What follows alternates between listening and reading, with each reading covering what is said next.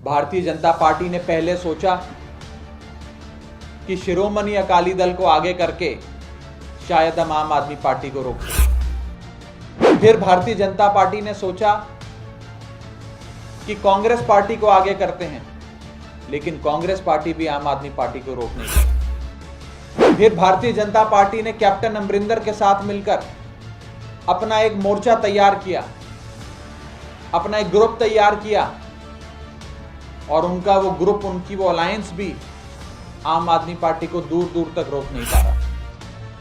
1/3 से भी कम कर रहा है, और मात्र 7 दिन का ऑब्जेक्शन पीरियड वो करने जा रहे हैं खास पॉलिटिकल पार्टी को रजिस्टर करने। चोण जाब्ता लगने के बाद और चुनाव से मात्र 25-27 दिन पहले एक पॉलिटिकल पार्टी को रजिस्टर करने जा रहा है।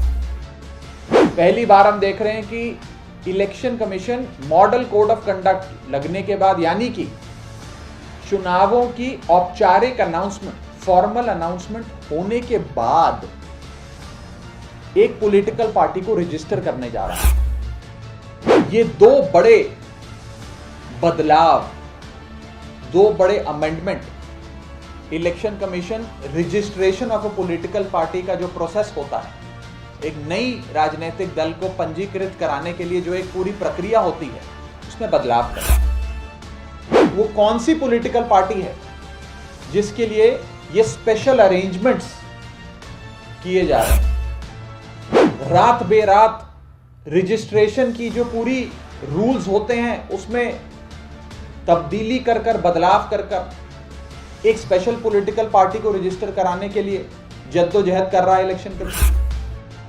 वो कौन है जो चाहते हैं कि ये पार्टी रजिस्टर हो जाए, ये फलानी पार्टी के वोट काटे और हमें फायदा हो जाए? आप सभी का आम आदमी पार्टी की इस प्रेस कॉन्फ्रेंस में बहुत बहुत स्वागत, आपका वेलकम। पंजाब में भी इस प्रेस कॉन्फ्रेंस का अगर प्रसारण हो रहा है तो मैं सभी पत्रकार बंधुओं का जी आयानु कहता हूँ, वेलकम करता हूँ। आज़ाद भारत के इतिहास में पहली बार शायद ऐसा होने जा रहा है कि भारत का इलेक्शन कमीशन, भारत की लोकतंत्र की रक्षा करने वाला चुनाव आयोग, जिसकी मुख्य जिम्मेदारी होती है कि फ्री एंड फेयर इलेक्शंस कराकर एक लोकतांत्रिक ढंग से चुनी हुई, यानी कि डेमोक्रेटिकली इलेक्टेड गवर्नमेंट को सरकार बनाने का मौका दिया जाए, फ्री एंड फेयर निष्पक्ष चुनाव कराए जाएं। इलेक्शन कमीशन, जिसे हम एक स्तंभ कहते हैं भारत के लोकतंत्र का, वो चुनाव आयोग, वो इलेक्शन कमीशन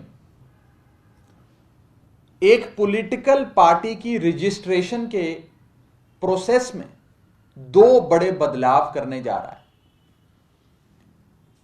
हमें यह पुख्ता जानकारी मिली है कि इलेक्शन कमीशन यानी कि चुनाव आयोग एक स्पेशल ट्रीटमेंट देते हुए पॉलिटिकल पार्टी के रजिस्ट्रेशन प्रोसेस में 2 बड़े बदलाव करने जा रहा है। मैं पहले बदलाव आपको बता देता हूं कि क्या है, फिर इसकी सियासत क्या है, इसकी राजनीति क्या है, उस पर आऊंगा।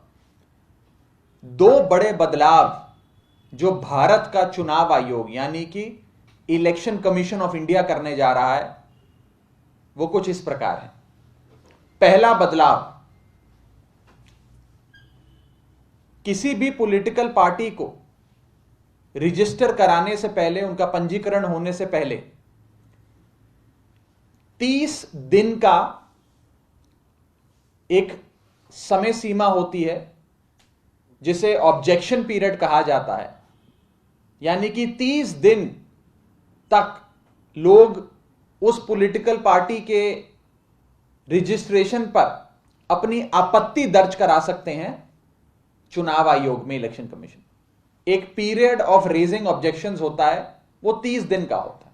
यानी कि अगर मैंने 1 जनवरी को अपने दस्तावेज दाखिल करे कि मुझे एक अपनी पॉलिटिकल पार्टी बनानी है, तो 30 जनवरी तक, पूरे 1 महीने तक लोगों से ऑब्जेक्शन मांगा जाता है कि भाई आपको तो कोई आपत्ति नहीं है ना, अगर इस पॉलिटिकल पार्टी को हम रजिस्टर कर दें? भारत का चुनाव आयोग एक स्पेशल ट्रीटमेंट करते हुए इस 30 दिन के 30 डेज के पीरियड को घटाकर 7 दिन कर रहा है, 1/3 से भी कम कर रहा है, और मात्र 7 दिन का ऑब्जेक्शन पीरियड वो करने जा रहे हैं खास पॉलिटिकल पार्टी को रजिस्टर करने के लिए। दूसरा बड़ा बदलाव जो चुनाव आयोग इलेक्शन कमीशन करने जा रहा है वो है मॉडल कोड ऑफ कंडक्ट लगने के बाद, यानी कि आचार संहिता लगने के बाद, यानी कि चोण जाप्ता लगने के बाद और चुनाव से मात्र 25-27 दिन पहले एक पॉलिटिकल पार्टी को रजिस्टर करने जा रहा है।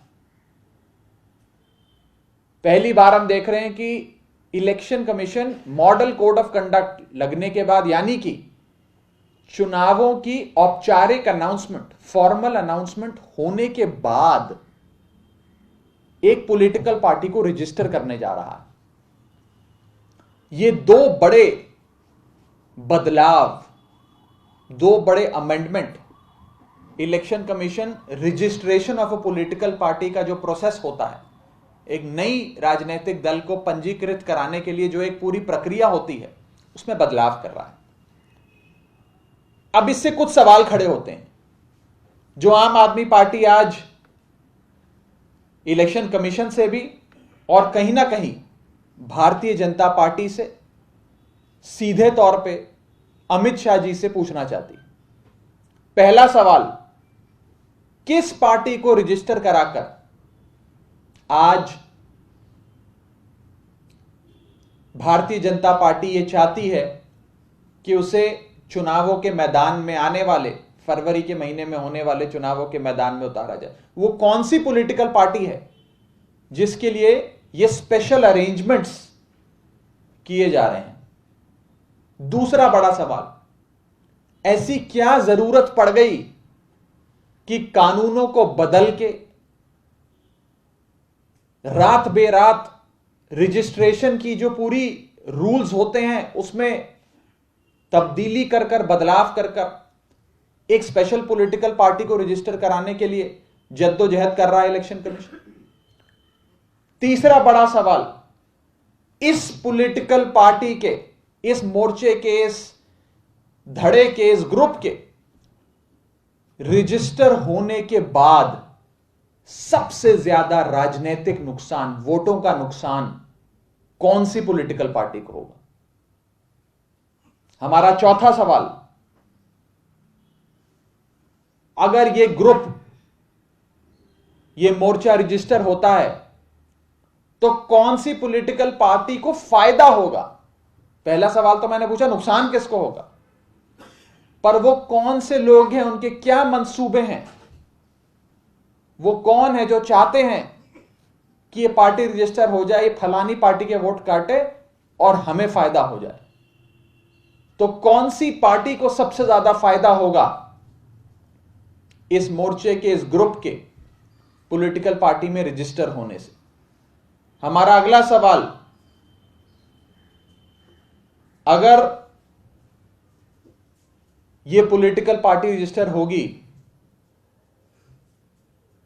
तो भारत की जनता, देश की जनता उस पॉलिटिकल पार्टी से भी क्यों ना सवाल करे कि आप भारतीय जनता पार्टी के और अमित शाह से अपने रिश्ते सार्वजनिक करें। जो लोग स्पेशल अरेंजमेंट के तहत अपना मोर्चा रजिस्टर करा रहे हैं, अपनी पार्टी रजिस्टर करा रहे हैं, उनसे यह सवाल बनता है कि आपका क्या कोई रिश्ता है भारतीय जनता पार्टी के साथ, आप उसे भी साफ करें। ये 5 बड़े सवाल आज आम आदमी पार्टी पूछना चाहती है। और आप में से जो लोग पंजाब सियासत को लगातार देखते आए हैं, समझते आए हैं, उस पे अपनी पत्रकारिता, अपना जर्नलिज्म करते आए हैं, आप ये बात अच्छे से समझेंगे कि भारतीय जनता पार्टी किसी भी स्तर तक जाएगी, किसी भी एक्सटेंट तक जाएगी आम आदमी पार्टी को पंजाब में सरकार बनाने से रोकने के लिए।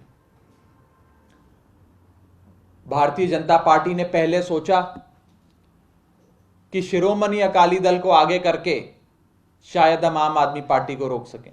आम आदमी पार्टी नहीं रुकी। फिर भारतीय जनता पार्टी ने सोचा कि कांग्रेस पार्टी को आगे करते हैं, लेकिन कांग्रेस पार्टी भी आम आदमी पार्टी को रोक नहीं पाई। फिर भारतीय जनता पार्टी ने कैप्टन अमरिंदर के साथ मिलकर अपना एक मोर्चा तैयार किया, अपना एक ग्रुप तैयार किया, और उनका वो ग्रुप, उनकी वो अलायंस भी आम आदमी पार्टी को दूर दूर तक रोक नहीं पा रहा। तो अब कहीं ना कहीं बीजेपी एक नई फॉर्मेशन, एक नई पॉलिटिकल फॉर्मेशन पंजाब में लाने के लिए तमाम तरीके की फैसिलिटेशन, तमाम तरीके की रियायतें, तमाम तरीके की रिलीफ आज देने जा रही है, ताकि कोई पार्टी रजिस्टर हो जाए जो 1 महीने से पहले रजिस्टर नहीं हो सकती, ताकि एक पार्टी रजिस्टर हो जाए चोण जाब्ता लगने के बाद, यानी कि इलेक्शंस की अनाउंसमेंट होने के बाद। हमने भी अपनी पॉलिटिकल पार्टी को बड़े समय पहले रजिस्टर नहीं कराई थी, कुछ ही साल हुए हैं आम आदमी पार्टी को रजिस्टर हुए। हमारे लिए तो बड़ा लंबा प्रोसेस था, महीने लग गए। हमने एप्लीकेशन दी, एप्लीकेशन आई, उसमें करेक्शंस थे, उसमें कुछ प्रॉब्लम्स थी, उसे दुरुस्त किया, सिग्नेचर में कुछ क्वेरीज थी, उसे दुरुस्त किया, फिर 30 डेज का नोटिस पीरियड होता है, ऑब्जेक्शन पीरियड होता है, कई हफ्ते लग गए। लेकिन अब मॉडल कोड ऑफ कंडक्ट लगने के बाद, इलेक्शन अनाउंस होने के बाद 2 बड़े बदलाव करके रजिस्ट्रेशन प्रोसेस को सिंपल किया जा रहा है, इजी किया जा रहा है, कन्वीनियंट किया जा रहा है किसी एक खास ग्रुप के लिए, एक पॉलिटिकल फॉर्मेशन के लिए। यह आम आदमी पार्टी का सीधा आरोप है, और ये 5 बड़े सवाल आज आम आदमी पार्टी पूछना चाहती है भारतीय जनता पार्टी से, इलेक्शन कमीशन से, और वो खुल के साफ तौर पे इन सवालों के जवाब हमें दें। आपका कोई सवाल हो तो आप पूछ सकते हैं।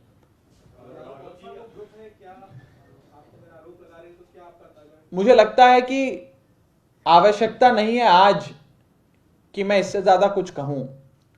वो कौन सा मोर्चा है, कौन सा ग्रुप है, कौन सी पॉलिटिकल फॉर्मेशन है, वो कुछ ही दिन में आपको पता लग जाएगा, क्योंकि कानून में बदलाव करके इलेक्शन कमीशन एक स्पेशल ट्रीटमेंट देता हुआ इन लोगों को फैसिलिटेट कर रहा है, इन लोगों की पॉलिटिकल पार्टी बनाने के लिए, कानून को ताक पे रख के। तो कुछ ही दिन में मुझे लगता है आपको पता लग जाएगा। और पंजाब में हर आदमी जानता है कि भारतीय जनता पार्टी आम आदमी पार्टी को रोकने के लिए हर एक्सटेंट तक जाएगी। ये सवाल आपने भाजपा से पूछे हैं या किसी नेता से पूछे? ये सवाल हमारे इलेक्शन कमीशन से हैं, ये सवाल हमारे भारतीय जनता पार्टी से हैं, क्योंकि मेरा सीधा सवाल है कि इस पार्टी के रजिस्टर होने से सबसे ज्यादा फायदा कौन सी पार्टी का है और सबसे ज्यादा नुकसान कौन सी पार्टी का? यह पार्टी किसके वोट काटेगी?